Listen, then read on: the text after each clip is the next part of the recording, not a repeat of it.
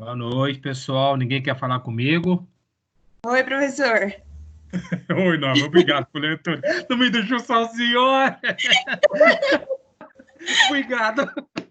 Fui só pegar minha jantinha aqui. Estou jantando e assistindo a aula.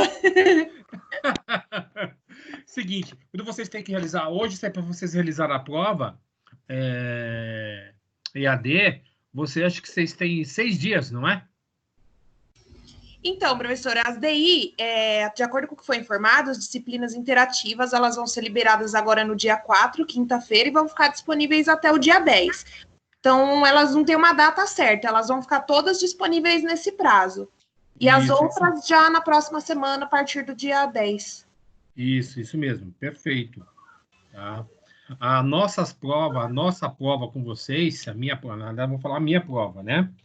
Vocês terão 48 horas para fazer a prova, tá? Ou seja, eu vou lá e libero para vocês terão 48 horas para finalizar ela, tá?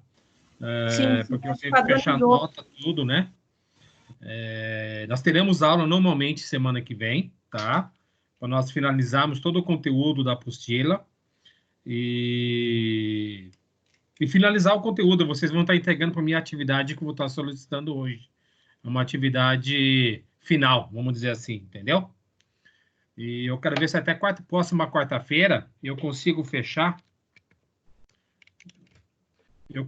finalizar com vocês aí. Eu vou olhar todas as atividades que vocês tinham que me entregar, que é uma atividade de questionário, 2.4, 3.1 e 3.2, para verificar quem me entregou. E aí, quarta-feira, vou postar para vocês, no Google Sala de Aula, uma listagem de quem me entregou. Pode ser que... Tem gente que às vezes me manda pelo WhatsApp, teve gente que me manda pelo e-mail, tem gente que me envia pelo Google Sala de Aula. Infelizmente, esse processo nós não padronizamos. Isso é falta de experiência, eu confesso para vocês, é falta de experiência. Eu acho que tem que vir uma padronização, tá? Porque muita gente mandando aqui, mandando lá, e aí acaba se perdendo. Então, concentrar tudo num lugar só, tá? E hoje eu vou estar passando umas novas atividades para vocês. E aí, semana que vem, finalizamos, né? E aí, vocês têm a prova daqui 2 semanas, tá? Dia 15 será a prova de vocês, e vocês terão 48 horas para ser realizada, tá? Bom, vamos lá.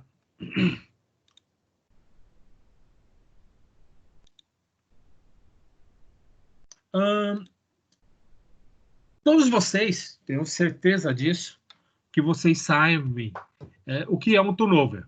Procede?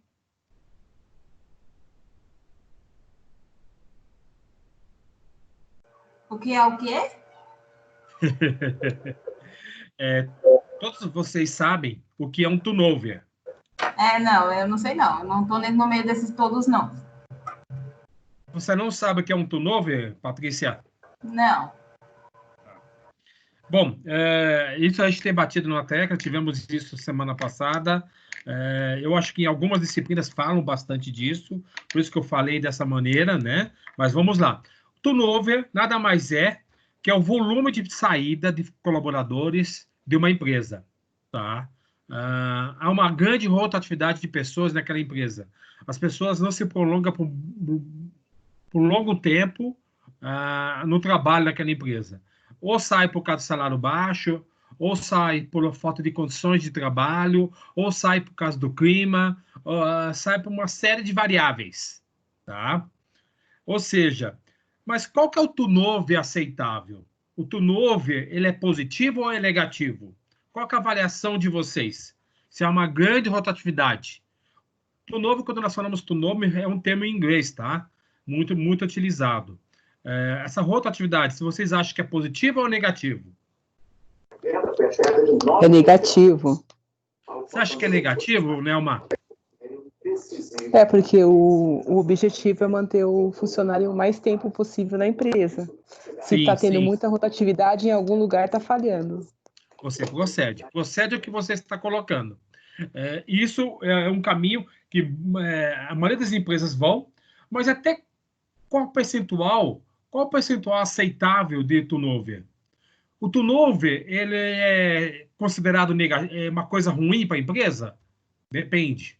Depende até um determinado percentual. Por que eu falo até um determinado percentual? Porque se pouca gente saia daquela empresa, não há uma renovação do quadro. Se não há uma renovação desse quadro, tá? Não entra novas ideias. Entra no comodismo. Eu concordo com você, Nelma, que é bom você segurar o colaborador, significa que a empresa é boa, se há uma grande rotatividade, há alguma variável, alguma coisa está errada nessa empresa, ou algumas coisas. E é isso que nós vamos falar um pouquinho agora, tá? Há 15 dias atrás, de terça-feira, um aluno me perguntou, professor, nós estamos falando de turnover, mas qual o percentual ideal e aceitável dentro de uma companhia de turnover? Olha, foi uma pergunta interessante e eu fui atrás de algumas informações, tá? Vamos falar um pouquinho disso, tá? São alguns slides e depois a gente dá sequência. Qual é a média de turnover aceitável? É muito difícil definir um percentual ideal. Afinal, como explicado, ele pode variar de acordo com o contexto. É a política de retenção da empresa. Um turnover de até 10% ao ano, todavia, é considerável aceitável. Ainda pode promover uma boa renovação do quadro de colaboradores daquela empresa. Qual o índice de rotatividade ideal? O índice considerado ideal é de menos de 10% ao ano, ou cerca de 1% ao mês, mais ou menos, né? Mas é preciso observar as diferenças entre as características de cada mercado de trabalho. O Ministério do Trabalho, associações comerciais e outros órgãos oferecem estudos frequentes com índice de turnover.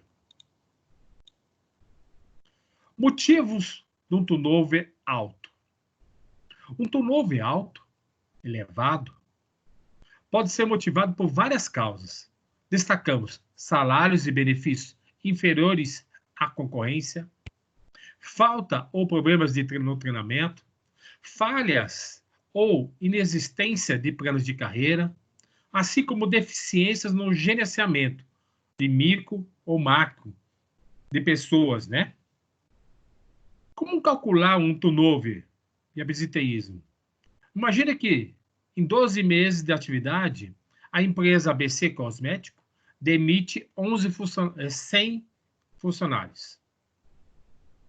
No mesmo período, a companhia contou com exatos 500 colaboradores nas mais diversas funções. Ao aplicar a fórmula observada, o turnover é de 20%. O número ideal deve ficar em torno de 5% a 10%. Pois bem, como que você calcula isso? Se engana quem pensa que o cálculo do turnover é difícil.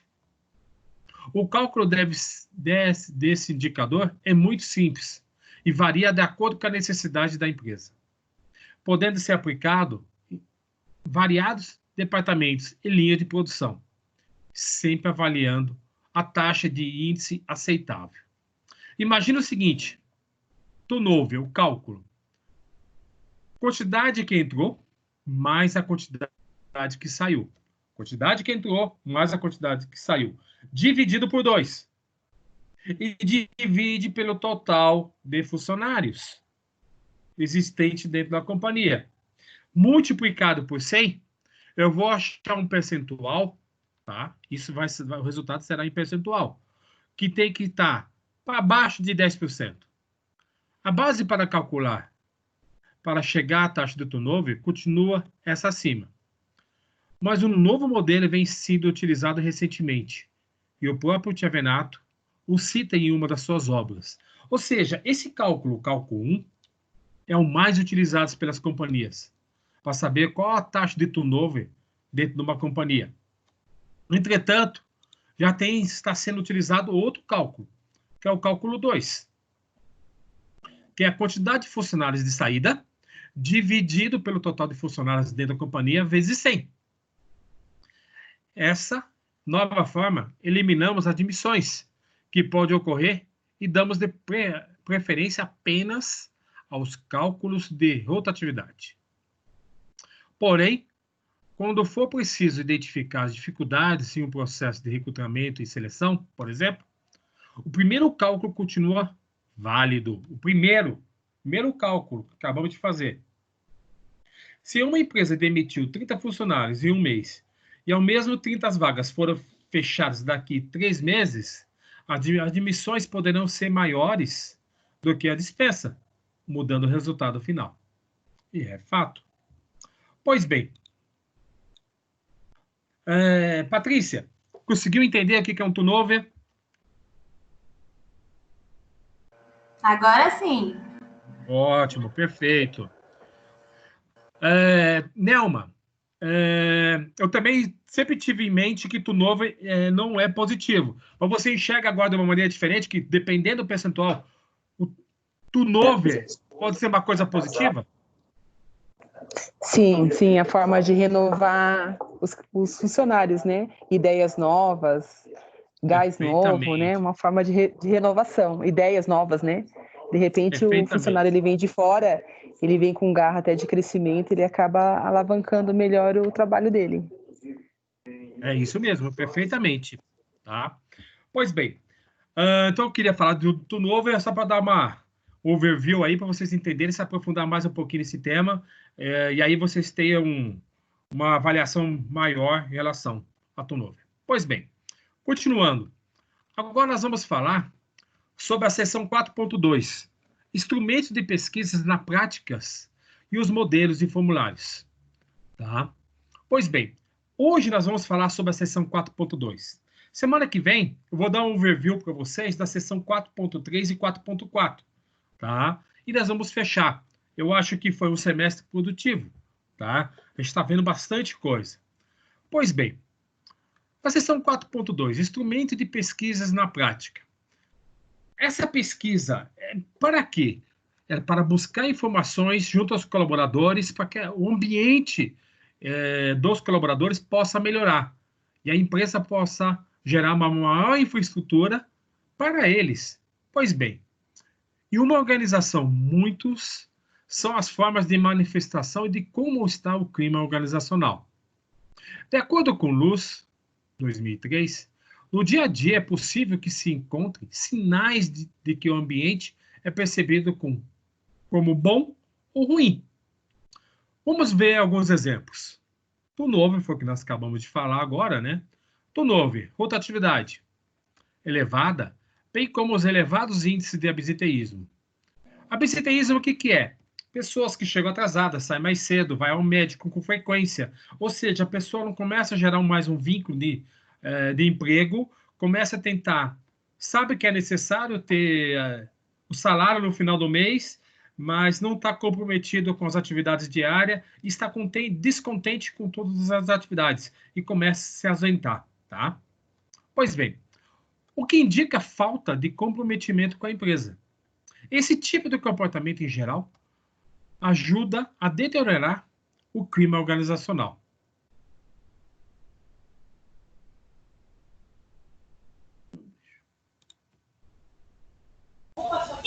Professor. Oi.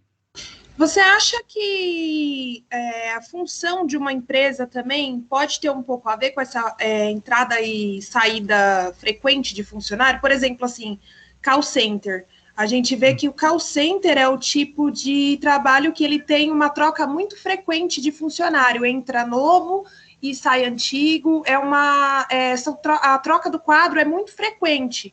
E, geralmente, por exemplo, assim, montadoras de veículos, que são já empresas multinacionais e maiores, já não é tão frequente como um call center. Você acha que a função também, ela entra um pouco nisso? Mas não só a função, mas a empresa que você trabalha. Tá? Vou dar um exemplo. Polishop, acho que eu comentei com vocês sobre a Polishop. Eu sei que eu falei com a turma de segunda e de terça-feira sobre a Polishop. Dei esse exemplo para vocês? Eu não me recordo, professor. Bom, o dono da Polishop, com a pandemia, você sabe que o nível de estresse dentro de um call center é muito grande. porque é ali que tem um filtro de todos os problemas que existem dos produtos da companhia. Tá? Há um estresse muito grande. Quem recebe esse filtro, quem filtra tudo isso, são os operadores, né? Então, eles são a válvula, né? E eles têm que absorver essa porrada do cliente ou o elogio do cliente. Mas muitas das vezes é porrada. E fazer esse filtro e poder passar para a companhia para que a companhia possa melhorar. Se não há uma grande infraestrutura, se não é gerado um bem-estar para esses colaboradores, tá? O nível de estresse é muito alto. E a rotatividade é grande. É grande por quê? Por causa que a cobrança também. Tá? Pois bem, por que eu citei a Polishop? A Polishop, o dono da Polishop, ele falou que o volume dele de vendas era grande pelas lojas físicas e não pela online, não pelo site. Devido à pandemia, ele teve que mudar essa curva, né? A receita era maior nas lojas presenciais e o site era pouco. Ele teve que inverter. Ele disse que demorou praticamente 40 dias para conseguir inverter e começou a aumentar a curva das vendas no site. Ao mesmo tempo, os operadores de telemarketing que eram presenciais, eram locados dentro da empresa, eles começaram a trabalhar na residência. Ele começou a dar infraestrutura. Ele não trabalha com um computador na sua casa, na empresa. Ele começou a dar uma infraestrutura para cada operador. E assim ele não tem que deslocar até a companhia. Tá? E isso está gerando bem-estar para os operadores, por estar em casa, por estar no seu ambiente de trabalho. Tá? Não perde tempo para deslocar, para ir e retornar. Pois bem, o que ele está dizendo? Que pós a pandemia, esse processo vai continuar. Das colaboradores trabalhar na sua residência e não mais locado dentro da empresa. Ou seja, olha uma mudança que está acontecendo. Tá? Então, hoje eu já ouvi de uma grande montadora, Mercedes, por exemplo. Um amigo meu comentou que todos os terceiros dentro da Mercedes foram demitidos. Todos. Sabe o que é isso?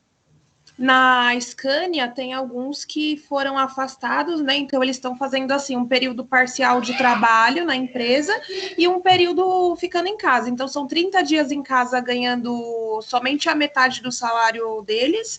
E aí o tempo que eles ficam dentro da empresa atuando, o salário corre normal. Mas parece que vai ter 1.500 funcionários que serão demitidos. Veja, o que eu fiquei sabendo foi que dentro da Mercedes, quem é funcionário está com emprego garantido até dezembro, e quem é terceiro foi desligado, independente da sua importância dentro da companhia. Foi desligado. E a partir de janeiro vai haver demissão. Então, depende da companhia. A pressão é muito grande em todos os locais. Tá? Tudo depende do momento. Tá? Eu já comentei com vocês. Eu li uma matéria sobre o presidente da Mercedes que ele comenta o seguinte: eu tenho 12 mil funcionários. Se eu tenho 12 mil funcionários, eu tenho 12 mil famílias que dependem das minhas decisões. Eu não posso deixar afetar a saúde financeira da minha companhia por relaxo ou por falta de eu pensar em algumas famílias. Às vezes eu tenho que mexer, eu tenho que ser frio. Eu tenho que tirar as 500 pessoas, tirar 1.000 colaboradores. Infelizmente, não que eu queira, mas para manter a saúde financeira da companhia. No call center, a mesma coisa. Tá certo? Maravilha, Norma? Certinho, professor. Pois bem. Continuando aqui que a gente estava falando, né? Dentro de uma companhia, vamos ver alguns exemplos. Acabamos de falar sobre turnover. A falta de comprometimento pode ser observada também em programas de sugestões mal sucedidos, em que os colaboradores não se interessam pelas necessidades da empresa. Isso aqui é interessante. Eu trabalhei um período na Volkswagen, e na Volkswagen eles tinham uma caixa de ideias. Dê uma ideia sobre um processo que você trabalha, e se essa ideia gerar uma redução de custos, 10% será seu. 10% do valor. Você imagina que, às vezes, um processo aqui tem milhões. 10% será seu. Tá? Ou seja, é interessante isso. Não é somente a empresa ganhar. Os dois lados ganhar. Os dois lados da moeda, entendeu? É interessante isso. E tem, às vezes, é observado alguns programas de sugestões, porque não é um benefício só de um lado. Os benefícios têm que ser dos dois lados. Tá? Descaso com o uso de recursos, que vão desde o uso consciente de papel a cuidados com o prédio. São comuns pinchaços em banheiros, vestiários e em outros locais, além do uso indiscriminado de materiais diversos. Ou seja, o senso de dono, de você gostar de trabalhar naquela empresa, de sair da sua casa, de ir até aquele local, de estar indo para um local onde você gosta de estar, certo? De chegar lá, olhar, tudo como dono. Se está com uma coisa errada, falar, mas não é falar com a pessoa porque está implicando com a pessoa, mas para melhorar o processo ou para que aquela pessoa possa melhorar o seu atendimento. Ou seja, tudo isso é o senso de dono. Se você não tem esse senso de dono, é uma pessoa descontente, consequentemente vai fazer um processo ao contrário, né? Como exemplo de um clima organizacional favorável, pode-se observar nos colaboradores atitudes positivas. Opa, quem está me chamando aqui? Deixa eu ver aqui. Norma, tudo bem aí, Norma? Baixou já a mãozinha, tranquilo? Tá com dúvida ainda? Não, professor, eu acho que eu cliquei sem querer. Ah, então tá bom, maravilha. Perfeito. Pois bem,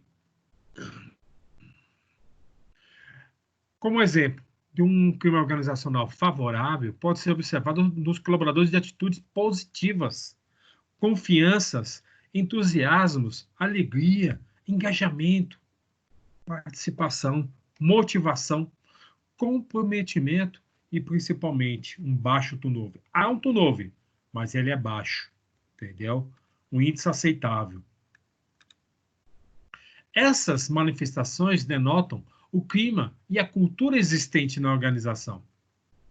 De acordo com Souza, a cultura influencia o clima organizacional. O autor acrescenta ainda que outros fatores externos também causam impactos, como problemas sociais, pessoais e familiares. Levando-se em consideração essas informações, devemos refletir sobre o que Luz, 2013, salienta. Ao se avaliar o clima organizacional, é impossível que sejam verificados, além dos dados quantitativos, também os qualitativos.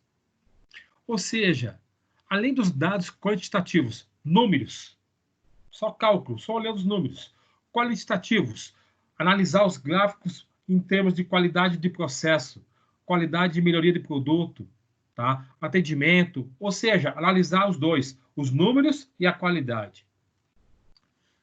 Os números, quando analisados em separado, sem um olhar mais atento, a percepção do colaborador pode gerar informações imprecisas e resultados inócuos, ou seja, sem conclusões.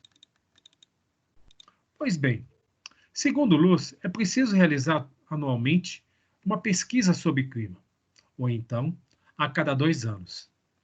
Pode ser aplicada por meio de entrevistas, painel de debates ou questionários. Vamos conhecer um pouco mais sobre cada tipo de ferramenta. Ou seja, aqui ele fala de 2 anos. Eu acho que todo ano você tem que realizar. Todo ano você tem que dar um feedback para o colaborador e saber como é que ele está em relação à companhia e ser muito claro, né? Para que ele possa entrar no novo ano com novos pensamentos, novos ideais, novos objetivos e saber o que ele tem a melhorar. Só quais são os pontos. Não que ele é ruim, mas que ele tende a melhorar para se tornar muito bom.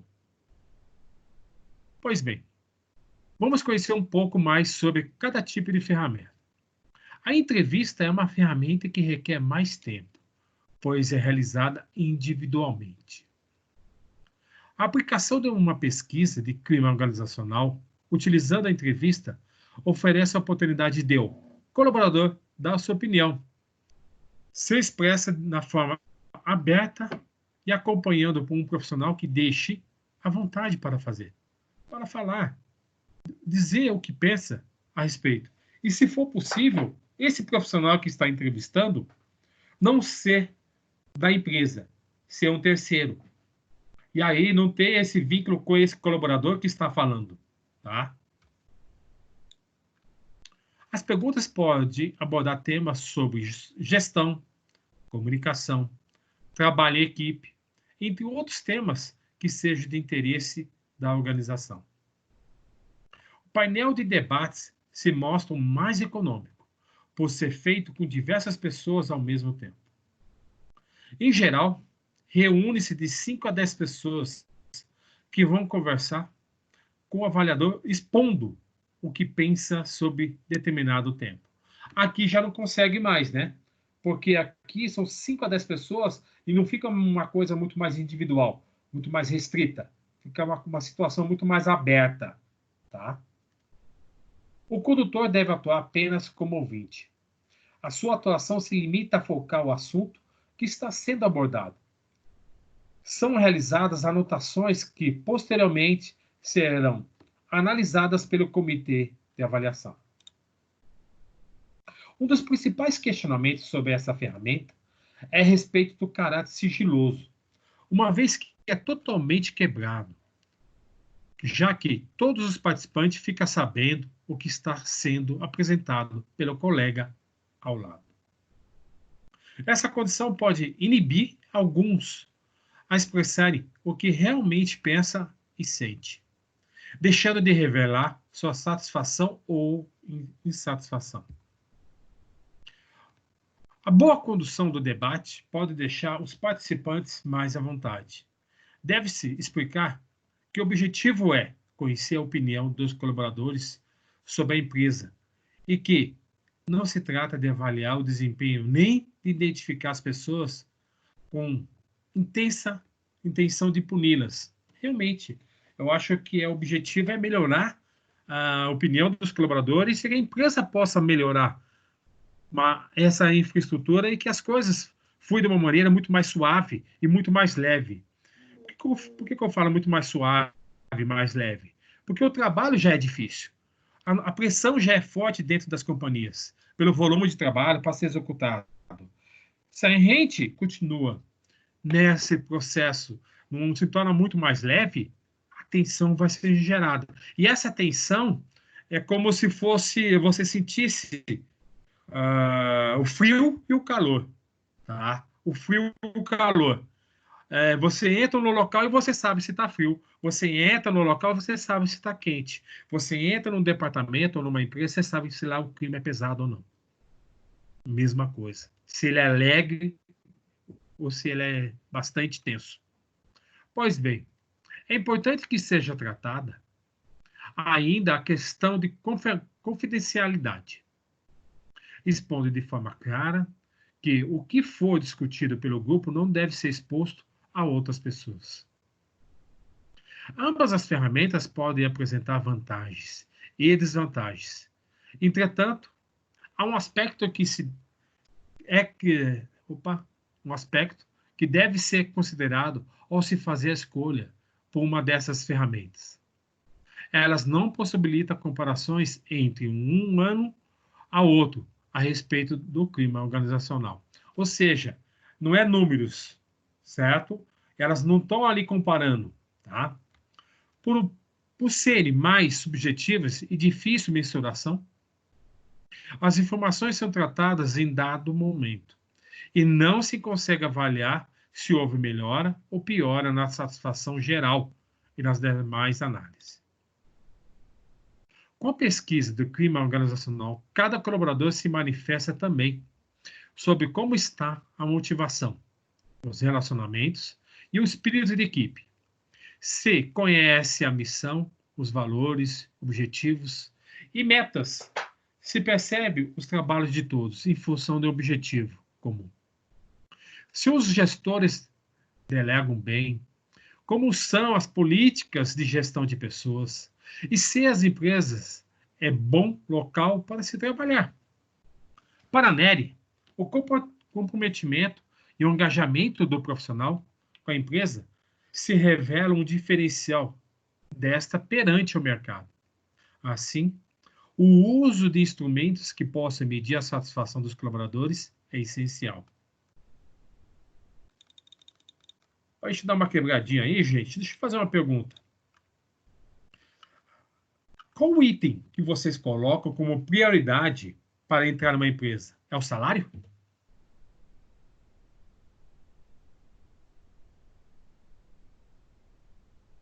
Me ajuda aí. Esse é um dos, né? Um dos importantes, mas o ambiente, eu acho que a história da empresa é importante, porque geralmente eu vou falar por mim, quando você entra numa empresa, você quer fazer uma carreira, você quer ficar um Carreira? tempo. Sim. Então tem que ser um ambiente, tem que ser uma empresa idônea, algo que você consiga ficar um tempo, né? Perfeitamente, Nelma. Na verdade, é assim. Tem que ser uma empresa que gera satisfação por você estar lá nela, né? Em primeiro lugar. Certo? Norma, você ia falar, Norma? Pode falar. Sim, eu estava pensando aqui também, né? Eu tenho o hábito, assim, quando sou chamada para alguma entrevista, alguma coisa, verificar geralmente as avaliações do Google, os comentários dos funcionários que já trabalharam lá, para a gente saber mais ou menos aonde a gente está entrando, conhecer um pouquinho melhor sobre a empresa, saber missão, visão, valor, para a gente poder também chegar lá com um algo a mais na ponta da língua. Quando eles perguntam, você conhece essa empresa? Sim, a empresa ela trata disso, daquilo, ela é de origem brasileira, italiana, né? Sei lá. Assim, informações sobre a empresa e ver o quanto ela é bem cotada no mercado de trabalho. Sim, verdade. Na verdade, é assim, o que vocês falaram é verdade, mas o salário não está em primeiro lugar. Primeiro é o clima. O salário pode ser que esteja em segundo. E a projeção de carreira dentro dessa companhia está em terceiro. Por quê? O salário porque para você poder se manter, certo? O clima para você ter satisfação por estar ali. E a projeção de carreira. Por gostar por estar ali e saber que aquilo ali, a empresa vai crescer, mas você também vai crescer junto com a empresa. Tá? Isso é muito importante. Pois bem. Ainda para a Nery, pesquisas realizadas na Europa, Estados Unidos e Brasil mostram que os colaboradores se engajam e se comprometem quando conhecem os valores da organização, os pontos fortes, as fragilidades e a estratégia do negócio. Conhecer tudo isso sugere que a empresa aposta em seus colaboradores. Não inventa resultados, mas expõe suas formas e fragilidades para juntos construir o melhor caminho. Isso é fato. Eu acho que é assim. Nenhuma empresa é perfeita, como nenhum ser humano é perfeito. Nós temos que saber os seus pontos fortes e quais são as suas fragilidades, o que deve ser melhorado, e aí juntos os dois crescerem. Percebe que estão envolvidos nas decisões. Podem falar com franquezas, expor suas opiniões, sentimentos e percepções, pois sabe que serão respeitados. Sabe que a empresa investe no desenvolvimento do seu colaborador, ajudando em suas conquistas pessoais e profissionais. Sente-se reconhecidos por suas contribuições e sabe que estas fazem a diferença. Reconhece que a empresa é focada em resultados. Identificam-se com os propósitos, metas e objetivos organizacionais. Com a pesquisa de clima organizacional, é possível reconhecer o que o colaborador realmente pensa da organização.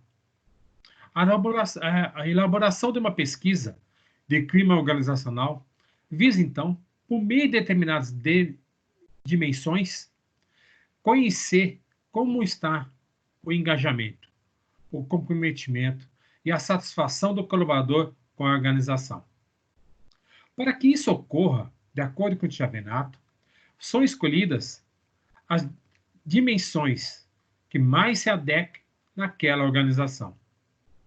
Portanto, pode ser verificada que as percepções quanto ao grau de responsabilidade atribuída à liderança, às recompensas e ao reconhecimento.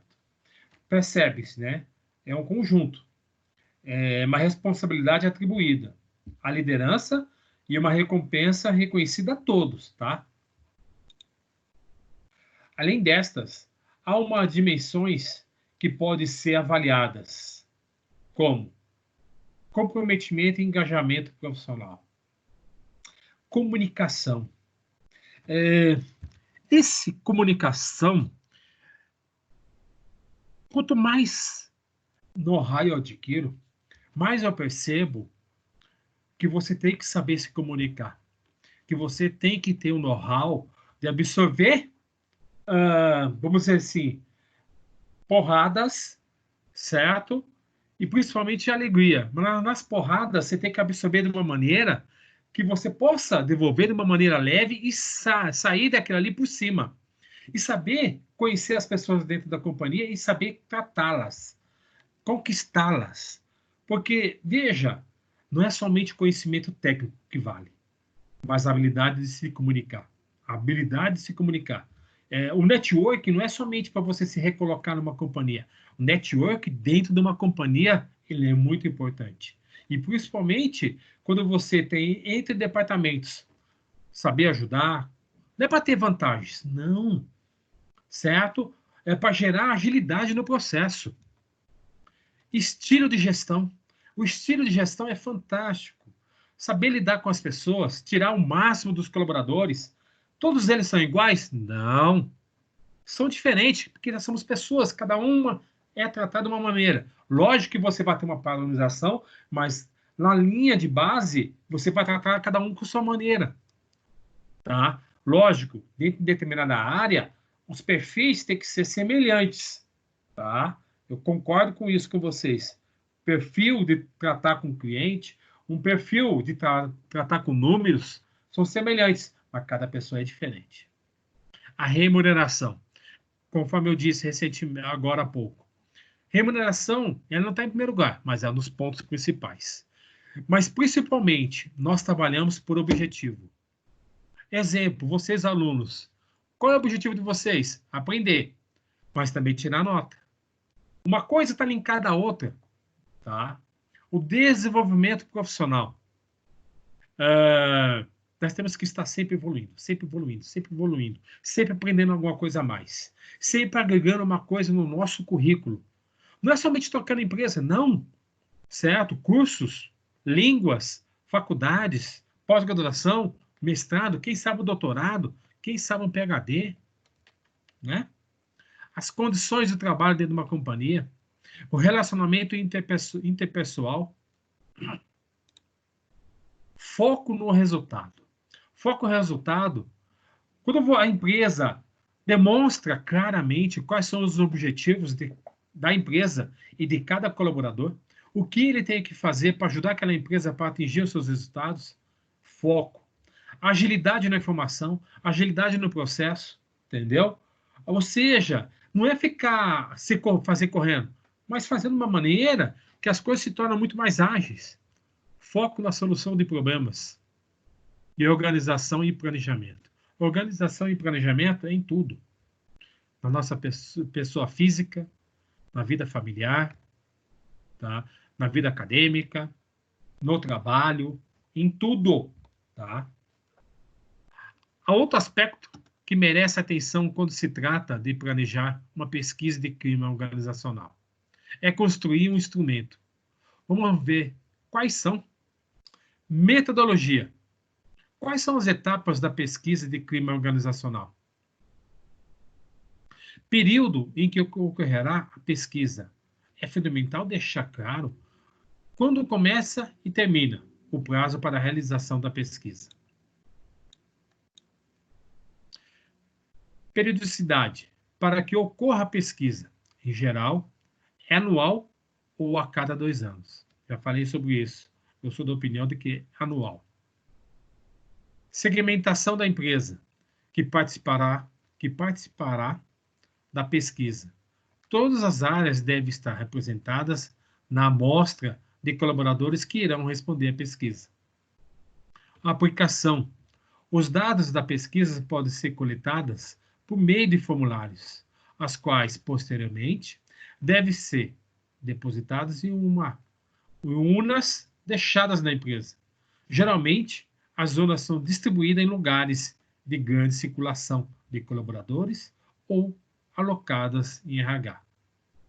Outra forma bastante usual é por meio de questionários, por meio de website, tá? A intranet, que é dentro da companhia, né? Olha um exemplo no formulário. Pois bem, vamos olhar aqui, ó. Eu me orgulho de trabalhar nessa empresa, e aí eu falo assim, ó, discordo totalmente, discordo, concordo e concordo totalmente. Então vamos lá. Eu me orgulho de trabalhar nessa empresa. Concordo plenamente. Eu acho que o meu desempenho é avaliado corretamente? Concordo plenamente. Meu salário é adequado para as responsabilidades que tenho? Concordo. Sempre um pouquinho a mais é bom, né? Recebo elogios do meu chefe para a qualidade do meu trabalho? Concordo plenamente. Aqui a gente trabalha sem medo. Ninguém é despedido sem motivo grave. Perfeito, concordo plenamente. Ou seja, são algumas variáveis. Podemos acrescentar mais coisas aqui, tá? Após a coleta de dados, ocorre o tratamento, a organização e análise deles. Para o autor, essa análise pode ocorrer de forma simples, com contagem e classificação dos dados, até o uso de sofisticadas técnicas de estatísticas. A tabulação permite que seja feitas análises das respostas por meio de perguntas, áreas, região, turno, tempo de casa, escolaridade, idade, entre outros. Pois bem, assimile. Para que chegue aos resultados desejados, a pesquisa de clima organizacional deve ser aplicada de maneira séria e dentro de um planejamento cuidadoso. Envolve diversas etapas que precisam ser respeitadas e, principalmente, deve envolver as pessoas. Quando os colaboradores percebem que se quer verdadeiramente ouvir suas opiniões e conhecer suas percepções acerca da organização em que trabalham, o processo flui naturalmente. E a consequência é a satisfação de todos. É importante frisar que o PCO, Pesquisa de Clima Organizacional, é uma ferramenta de gestão valiosa para a tomada de decisões, que atende aos interesses gerais. Pois bem, deixa eu só... Alguma dúvida até aqui, gente? Ô, professor, sobre a pesquisa, eu não sei se hoje ainda, não sei se a Foxconn, a empresa Foxconn de eletrônicos que tem em Jundiaí, eu não sei se eles mesmos fazem ou já fizeram, mas eu trabalhei na filial deles, que é a Fênix, fica em Minas Gerais, e eles faziam uma pesquisa um pouco parecida com isso que você mostrou. Ela era a cada 2 meses, a líder chamava individualmente para fazer para a gente responder um questionário de 5 perguntas rápidas, né? E a última era dar uma sugestão de melhoria. E também ela fazia esse mesmo questionário em grupo, para ver o que em grupo a gente achava, qual era a divergência de informações, de opiniões. Eu achava bem legal isso daí, porque motivava a gente a poder opinar lá dentro. Não, é fantástico. Eu acho que quando você está, em primeiro lugar, quando a empresa está fazendo isso, significa que ela está pensando no colaborador. Se ela está pensando no colaborador, as coisas tendem a melhorar. O pior é quando não está fazendo isso. Você entendeu? Sim. Concorda comigo? Concordo totalmente. Você ia falar alguma coisa, Nelma? Não, professor, não ia falar nada, não. Opa. Alguém tem alguma coisa a acrescentar aí, gente? Pois bem, eu vou passar um vídeo para vocês. Me tira só, por favor. A pirâmide de Maslow. Nós falamos disso na aula passada. E eu acho que é interessante ter um vídeo aqui que eu achei e eu adorei esse vídeo. Tá? Deixa eu só, por favor.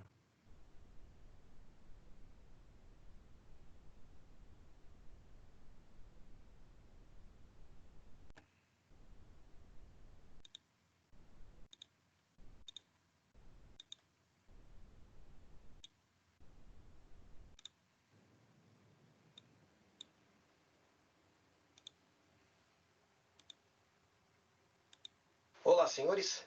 Vamos falar sobre a hierarquia. Todos estão ouvindo? Sim. Quer ver? Sim. Obrigado. Obrigado. Sim, professor. Ou também como ela é conhecida. Olá, senhores. Vamos falar sobre a hierarquia das necessidades. Ou também como ela é conhecida, a pirâmide de Maslow. Porque foi Maslow quem idealizou, quem estruturou essa teoria. O Maslow foi um psicólogo humanista do início do século XX, certo?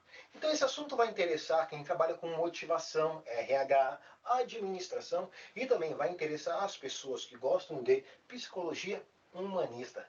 Vamos lá? O Maslow, como um psicólogo humanista, ele acredita que todo indivíduo tem a tendência, tem a capacidade, tem o potencial de se autodesenvolver, de chegar até o estágio da autorrealização, que é o último nível que a gente vai falar somente no final. Vamos entender agora como aconteceu essa teoria.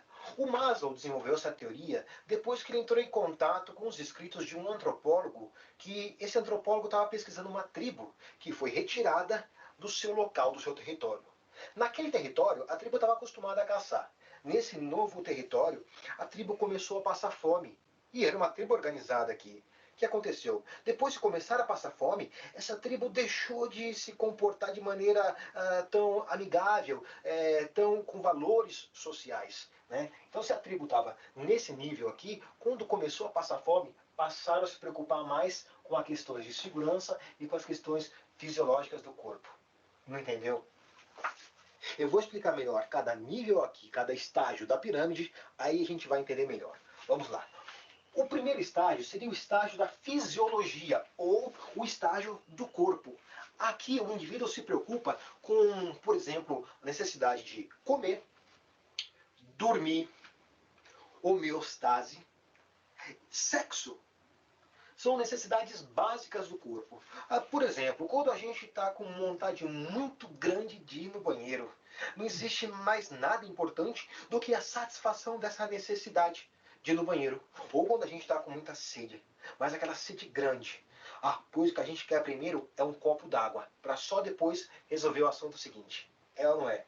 Então esse é o primeiro nível, é o nível das necessidades da fisiologia. Satisfeito esse nível, nós partimos para o segundo nível, que é o nível da segurança. Aqui segurança a gente deve entender que é tanto segurança psicológica quanto segurança física. Nesse nível aqui, a gente quer aqui uma libertação do medo e da ansiedade. A ansiedade de como vai ser amanhã, um medo do que pode acontecer. Aí o que acontece? A gente começa a criar as regras para que as coisas não mudem tanto. As leis, a gente vai viver em família para garantir, né, que as necessidades básicas sejam satisfeitas. Esse é o nível da segurança. Esse nível é muito especial para mim, porque foi através de estudando essas questões de medo e ansiedade para fazer a escola da voz que eu cheguei até a pirâmide de Maslow. Combinado? Segundo nível, nível da segurança. Vamos para o terceiro nível. Esse aqui é o nível do relacionamento, é o nível do afeto. É aqui, nesse nível, que a gente vai buscar o amor conjugal e também o sentimento de pertencimento, que é fazer parte de um grupo, que é se sentir acolhido, que é se sentir aceito. Vale lembrar que só depois que os indivíduos têm esses níveis básicos satisfeitos, que ele vai se preocupar com esse terceiro nível aqui, que é o nível do relacionamento e o nível do afeto. Vamos agora depois para o quarto nível, que é o nível da estima, da autoestima. Nesse nível aqui, o ser humano busca o quê? O reconhecimento. E também é o nível do respeito, aonde você vai buscar o respeito do outro e você vai oferecer também esse respeito. É um nível um pouco mais elevado, não esqueçam. Satisfeitos os outros níveis, o ser humano tem condição de buscar satisfazer a necessidade de estima. Ser respeitado, ser reconhecido, respeitar e principalmente também reconhecer. Agora, nós chegamos no nível mais importante. Aquele que Maslow disse que todos temos condições de alcançar se forem dadas as devidas condições. Entretanto, Maslow disse que dificilmente chegaremos, porque a gente fica tão apegado ao nível da segurança que dificilmente a gente consegue transcender para os outros níveis mais elevados. Aqui é onde a gente chega na autorrealização. O Maslow, no princípio do século XX, quando ele estava fazendo seus estudos, ele percebeu que somente 1% dos norte-americanos que ele pesquisou tinham conseguido chegar até esse nível. Lembrando que você tem que sempre estar satisfazendo cada um desses níveis. Bem, essa foi a pirâmide de Maslow, a hierarquia das necessidades. Se você quiser um pouco mais de informação, é só me procurar. Eu sou Eduardo. Último a sair, apaga a luz. Olá, senhores. Pois bem. Gostaram, gente? Gostei, achei bacana. Bacana, eu acho que é legal.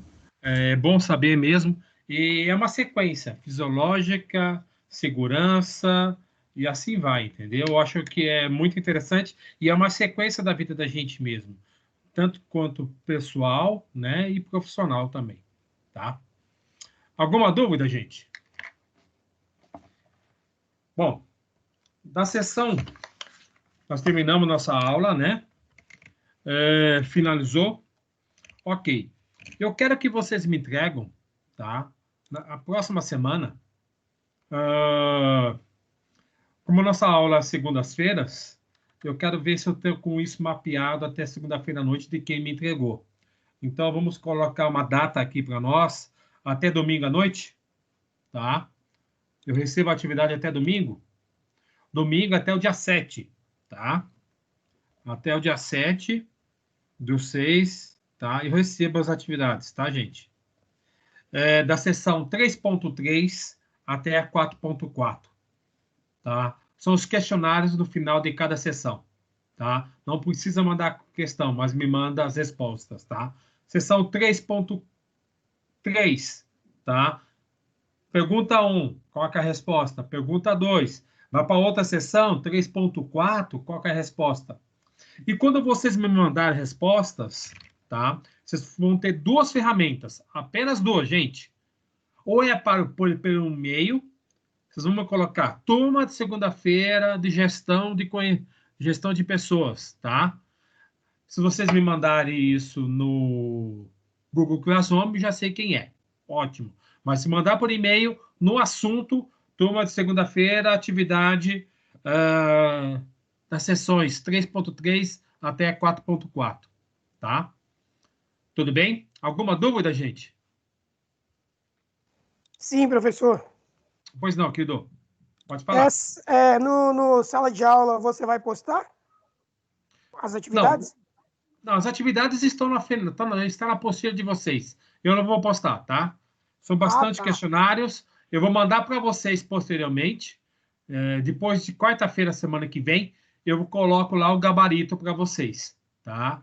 Mas eu não vou postar o questionário. Estou na final da cada sessão. Por isso que eu estou falando para vocês. Eu só quero as respostas. Tá? De qual mesma sessão? Eu vou colocar no Google Sala de Aula o que vocês devem fazer, tá? Que é da sessão 3.3 até a sessão 4.4, tá? Em grupo de 4. Isso eu vou colocar lá. Eu só não irei colocar lá, Edson, os questionários, tá? Porque isso está na apostila de vocês. Então beleza, professor. Obrigado. Nada, seja por isso. Mais alguma dúvida, gente? O Kevin falou que tá com saudade, professor. O que é, Ronaldo? O Kevin falou que tá com saudade.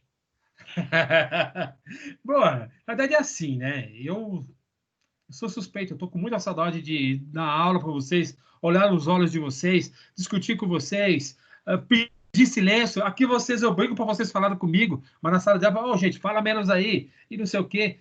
E o Kelvin é um cara que começou aqui falando bastante, e nas últimas aulas ele está quietinho, Ronaldo. Ele está muito quieto. E aí, professor? Começou a ser provocado, aí o cara se manifesta. Não é, professor. O computador aqui tá dando problema aqui. Tá complicado. Toda hora eu tô saindo, tô entrando, porque tá travando o computador do nada aqui.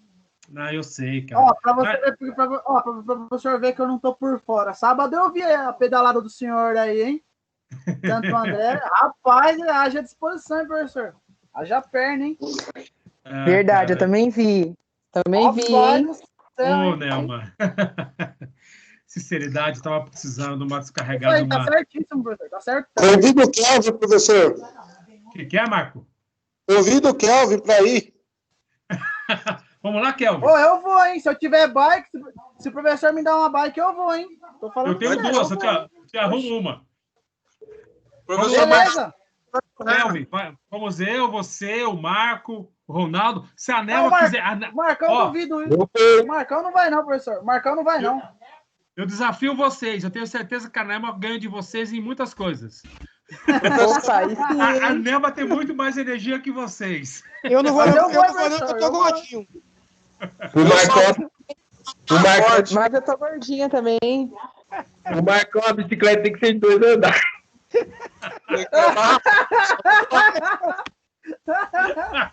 É o Marcão. O Marcão tem que ser um triciclo. Grandão, O Kevin tá assim, quieto porque ele tá revoltado. Tá revoltado com esse EAD aí. Ai, meu Deus, boa. Você sabe o que é o mais legal? Que tem aquelas bicicletas que vai duas. É legal colocar o Ronaldo na frente e o Kelvin atrás daquela de duas, entendeu? Cadê o Kelvin? Aquela bicicleta, ela deixa pro Marcão, professor. Deixa pro Marcão. Que o Marcão cabe Aí certinho que naquela bicicleta. quem tá atrás. Verdade. Mas andar de bicicleta me faz muito bem, é uma energia boa e fez um dia maravilhoso sábado. Foi eu e 2 colegas, saímos muito cedinho de casa, acabei chegando em casa, acho que foi 1h40 da tarde. Mas que hora que você saiu, professor, de casa? 5 horas da manhã? 7 horas da manhã? 7 horas da manhã. É que geralmente, antigamente, quando por exemplo, você acordava num domingo, assim, para ir pra praia ou algum lugar assim, você já viu uma galera já esperando em posto de gasolina, tipo, já era umas 6, 5 da manhã. Por isso que eu perguntei, por causa que eu vi o horário lá, né? Só que semana passada estava muito frio, né? Lembra quando estava muito frio? Cara, nós saímos muito gorro. Nós fomos tirando roupa no caminho, entendeu? Que foi esquentando o corpo e foi tirando roupa. Mas, enfim, uma grande pedal e adoro fazer isso. Hoje mesmo, eu trabalhei até 4... Eu não entendi lá, que lugar mesmo que era? Taisupeba, para frente de Suzano. Taisupeba. É uma caminhada boa ali, hein? Caminhada boa. Suzano, passa uma parte de Mogi e vai lá embaixo, entendeu? Você pegou a Jutibiriçá todinha lá, professor? Todinha. Rapaz, meu Deus do céu, se aqui tá frio, eu imagino lá. Eu ia travar no meio do caminho, não ia nem sair do lugar.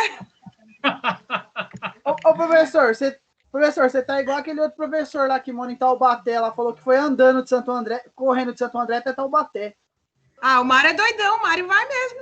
O Mário vai. O Mário vai mesmo, de boa. Por causa do frio.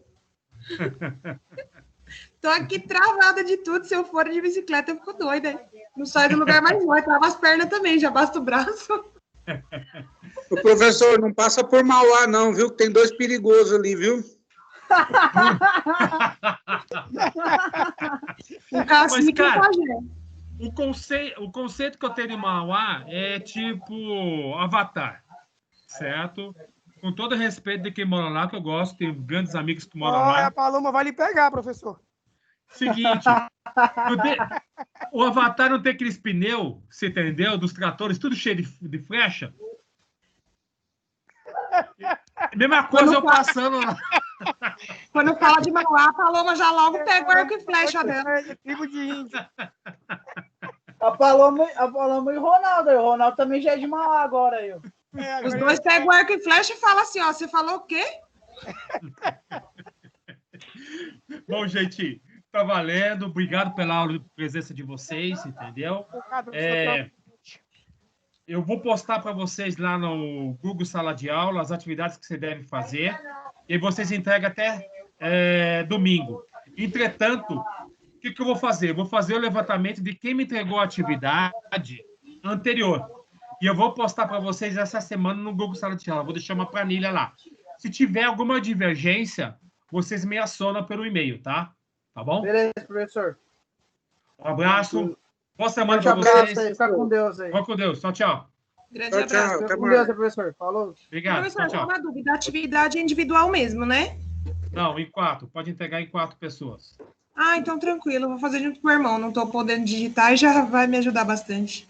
Isso aí, tá certo. Tá, joia? Ok. Melhoras aí. Um abraço. Obrigada, Salvador. professor. Tchau, tchau. Tchau, tchau. Boa noite, professor. Boa noite. Professor, quem quiser fazer individual,